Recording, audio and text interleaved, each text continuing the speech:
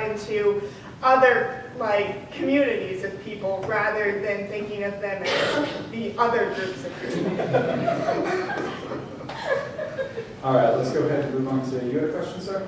Yeah, so I can understand the skeptical community being concerned about things it might be doing that are excluding certain minorities and discouraging diversity on accident, to look at those and find out what they might be.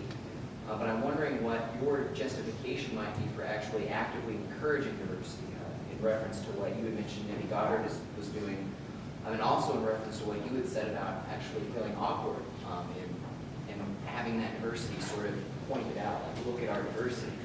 I think that the focus should not be so much on diversity as getting the word out. And the best way to get the word out is to get it into as many communities as possible, as many different cultures as possible. And so if we want to call that diversity and seeking out, different people of color, people of different faiths, that's fine. But really it's about getting the word out to get the community as big as possible. And like with my school, whenever I tell people that I'm a skeptic, people usually look at me like, really? You're a closed-minded, God-hating person? Yes. From my understanding, not a lot of the general public know what exactly a skeptic is. They usually get it confused with a cynic. And that's what I personally think we need to get out what a skeptic actually is to the public.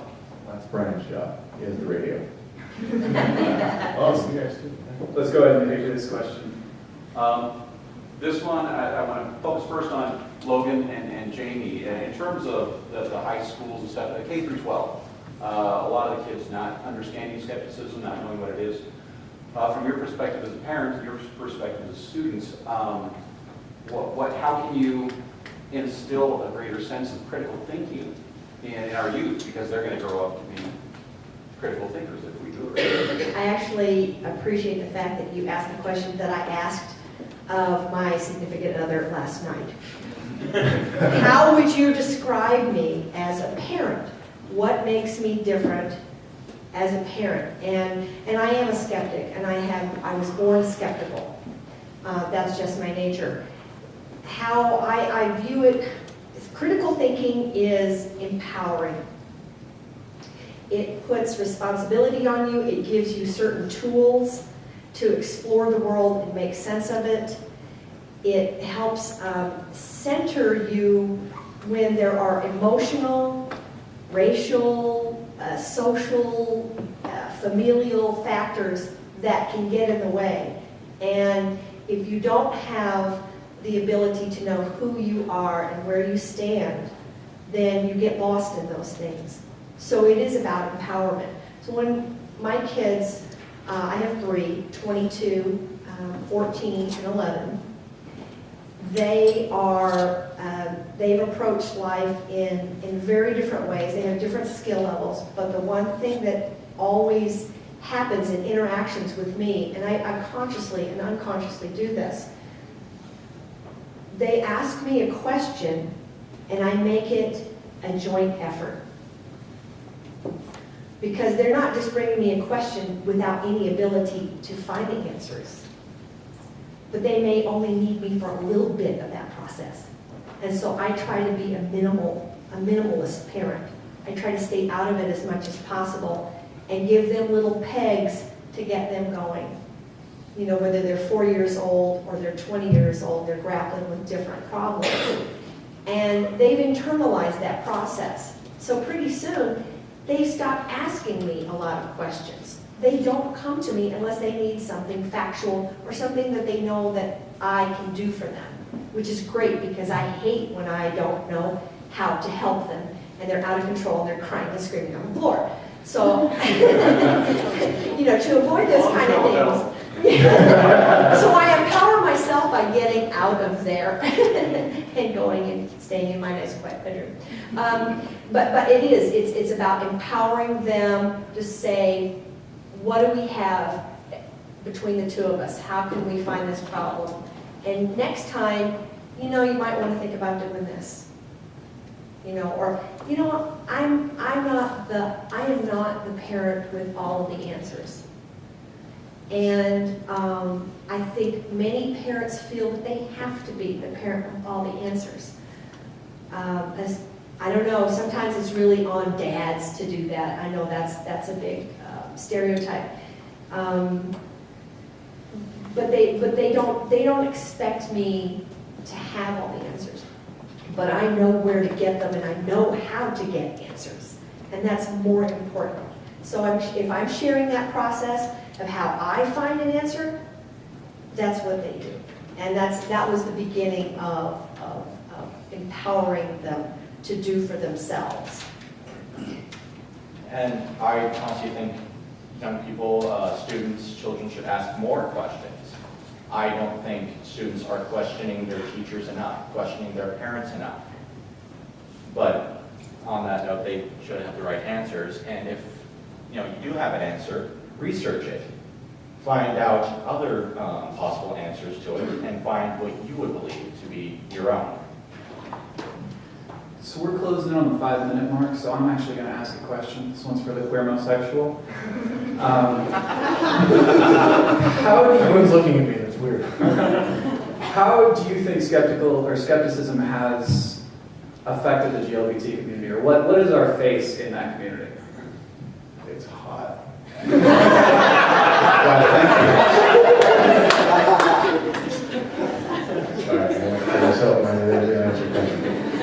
We're actually fairly well represented, believe it or not. Every of the conferences you go to, any gay person is just as likely to get laid as any one of you. Straight people. Really. And I think our representation is good. What I don't see us doing, and I've complained to CFI about this on multiple occasions, we don't have a presence at Pride rallies. We don't have a presence really during any, say, Prop 8 issues. I mean, skeptics will, you guys will back us up, right? Oh yeah. Right?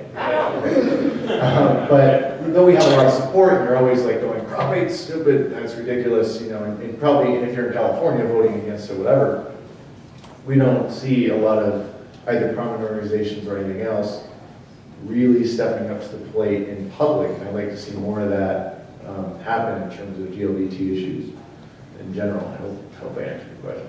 No, very hopefully. We probably have time. We have time for a few more questions. We're at about 5 minutes. Brian, go ahead.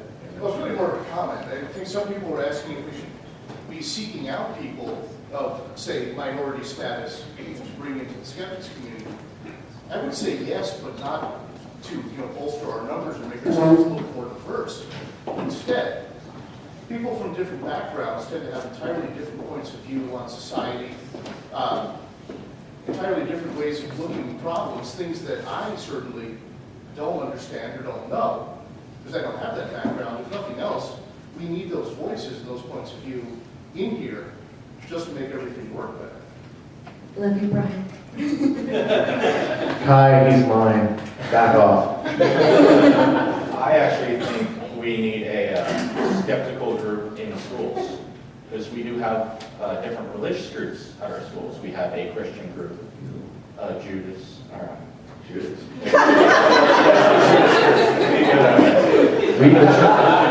We're a group totally based on betraying the Christian group. Just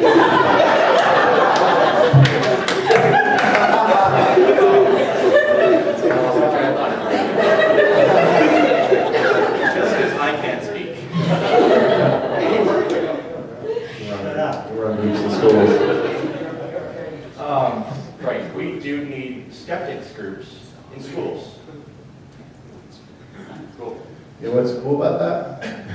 The SSA has started a program with a guy I know who's doing that. They're actually just helping start high school groups. I'll get in touch with them. It'll be awesome. And he'll fly down and rub your head. He'll be like, and so you are a group, let it be told. I need an adult. Maybe it's You need an adult? You're screwed. I look out here and I don't see any adults. I just see skeptics. Let's go ahead and take Pat's question over here. Yeah, this was just on that point, Logan. I'm wondering, I mean, when I was in high school, I didn't care about anything. You do now? Yeah, high school students, especially, if they don't already have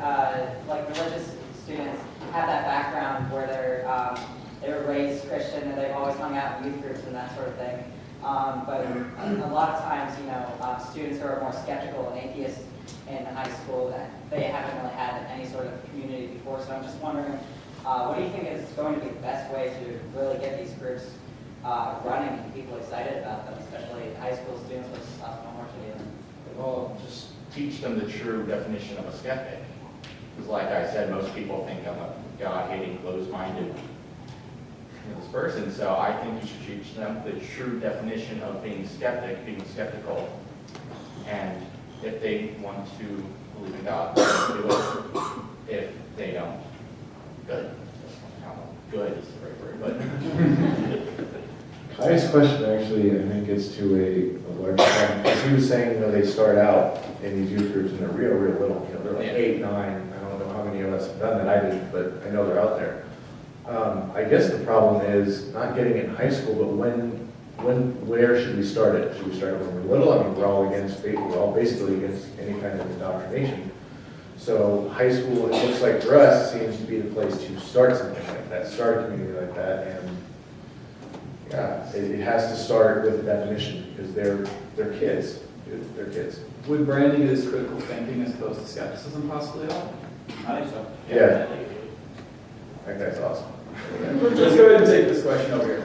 I was just going to say that I think the Holy Grail, forgive the metaphor, the Holy Grail here is, having groups get together is wonderful and productive, but I think the real objective, and I want to see if you guys agree, is to have a course in critical thinking taught in high schools. Can we Yes. start in As a elementary society. school? Yeah. Can we start in elementary school? Because they're not going to understand it in high school if they haven't been getting it all through. So we need to start from the very first, making it critical and important to think through everything rather than just teaching them facts and then hoping that they figure stuff out eventually in high school. What she said. Fair enough. And I would just like to know if the skeptic community has on its radar that this is an objective that is very difficult to achieve, and eventually it probably should be achieved. And how are we actually going to do this? I actually just did a lecture on a class that had no critical thinking or logic whatsoever. So I think if you can have a class that has none of that, you should have a class that has all of that. It's just like, it's not right. You and your black and white thinking. No, it would be good. Arapahoe Community College, this is, of course, community college, but remember, we were all happy about this because we found this. But they were actually teaching, they had a course, it was hilarious. It was actually titled Introduction to Atheism. No kidding. That must have been a short class. There is no God. I would have loved to take it, but that needs to, I think what I'm saying, right, a class like that has to be moved down a level. It has to be in the high schools and then move down further into elementary school and middle school. I think that it needs to be more than just a class. I think we need to teach our teachers how to incorporate it into all of the classes. I don't know just one class in critical thinking is going to train our kids to really be critical thinkers and skeptical and really analyze situations. I think that we need to get our teachers to address every subject, English, history, math, all of that, with the critical thinking, how does this work, what do I need to solve this problem, to really make them useful and productive citizens. I can tell you that it's already there. It's in teacher education. It's in every course that I ever took during my teacher education prep programs. And just because I'm a science teacher, didn't make it exclusive. There's already critical thinking skills. That's been a buzzword in the education world for decades. Where it runs into problem is when the rubber hits the pavement and children come into class and tell you you're wrong because their parents said the Bible said such and such. And then you have all conversation has to stop. You cannot go any further with talking about critical thinking because now you're seen as a challenger of their parents, and it always pits parents against teachers. There are multiple ways to start with this. I mean, start with something. You have children, start with that. You're thinking about having children, start with your partner. you know, each of us can always get better at critical thinking skills, and have your kids be in a play group where you know other parents have good critical thinking skills, and they're not going to be told that they're bad because they forgot to wear underwear that day. So, I mean, you can step into the stream anywhere. Just do it. You know, encourage your teacher. Talk to your teacher if you're a student. Talk to your professors. Talk to you know, people on the bus. Whatever. Be that crazy person who's a critical thinker in everyday life. Thanks, Jeff. We're soundly past, so I was thinking we should probably wrap it up. Oh, are you finished with that? I was just going to say that's a really funny image. Some evangelical skeptic on a bus holding a book. Exactly. Sam Harris is right. Believe or, you know, nothing will happen, but you should believe it.